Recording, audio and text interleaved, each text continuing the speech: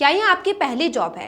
क्या आपने नया नया जॉब स्टार्ट किया है या फिर 2025 के बाद ये आपकी पहली जॉब की शुरुआत है? तो फिर रुक जाइए, क्योंकि ये खबर आपके लिए है। क्योंकि भारत सरकार आपको देने वाली है 15,000 रुपए। भारत सरकार की प्रधानमंत्री विकसित भारत योजना के तहत पहली बार नौकरी करने वाले कर्मचारी को मिलेंगे 15,000। लेकिन इस योजना का लाभ कैसे उठाएं, कब मिलेगा पैसा, चलिए विस्तार से समझते हैं। नमस्कार, मैं हूं दीक्षा मीना और आप देख रहे हैं मनी मंच। अगर आप भी पहली बार नौकरी करने जा रहे हैं या फिर आपने 1 अगस्त 2025 से अपनी पहली नौकरी शुरू की है, तो इस योजना का फायदा आपको मिल सकता है। भारत सरकार की ऐसी तमाम योजनाएं हैं जिनके बारे में हमें जानकारी तो होती है, लेकिन इन योजनाओं का लाभ कैसे उठाया जाए इसके बारे में कोई बात ही नहीं करता। लेकिन अगर आप भारत के नागरिक हैं और सरकार आपके लिए योजनाएं चला रही है, तो उसका लाभ लेना आपका हक है। विकसित भारत रोजगार योजना भी बेहद महत्वपूर्ण है। सोचिए, पहली नौकरी में अगर तनख्वाह के साथ आपको 15,000 रुपए भी मिल जाएं, तो ये आपकी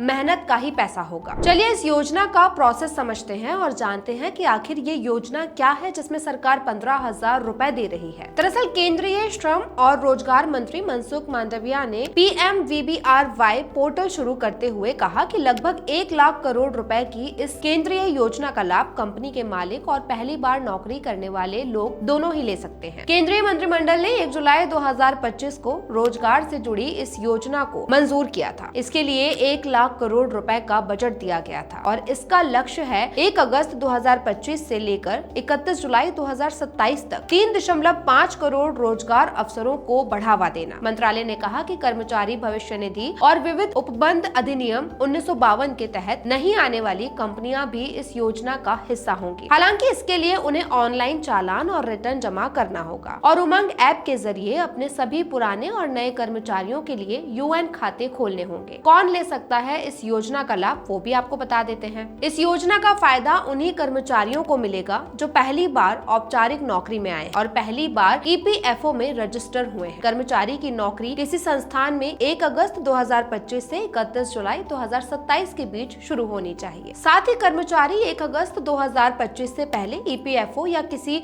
एग्जेम्प्टेड ट्रस्ट का सदस्य नहीं होना चाहिए। इसके अलावा कर्मचारी का मासिक वेतन 1 लाख रुपए या उससे कम होना चाहिए। इसमें नौकरी के अनुबंध के अनुसार मिलने वाली सभी वेतन और भत्ते शामिल होंगे। कितनी मिलेगी राशि और कैसे मिलेगा इसका लाभ, वो भी समझ लीजिए। सरकार की ओर से मिलने वाला इंसेंटिव 1 महीने के EPF वेतन के बराबर होगा, जिसकी अधिकतम सीमा 15,000 रुपए तय की गई है। ये राशि 2 किश्तों में दी जाएगी। पहली किश्त कर्मचारी के एक ही संस्थान में लगातार 6 महीने काम पूरा करने के बाद मिलेगी। दूसरी किश्त 12 महीने की नौकरी पूरी होने पर दी जाएगी। दूसरी किश्त को एक बचत साधन यानी सेविंग इंस्ट्रूमेंट में जमा किया जाएगा ताकि कर्मचारियों में बचत की आदत को बढ़ावा मिल सके। योजना का लाभ लेने के लिए क्या करना होगा? सबसे पहले कर्मचारी के पास यूनिवर्सल अकाउंट नंबर यानी UN नंबर होना चाहिए। इसके बाद कर्मचारी को कम से कम 6 महीने तक लगातार उसी संस्थान में काम करना होगा। दूसरी किश्त पाने के लिए कर्मचारी को 12 महीने पूरे होने से पहले सरकार द्वारा उपलब्ध कराया गया फ्री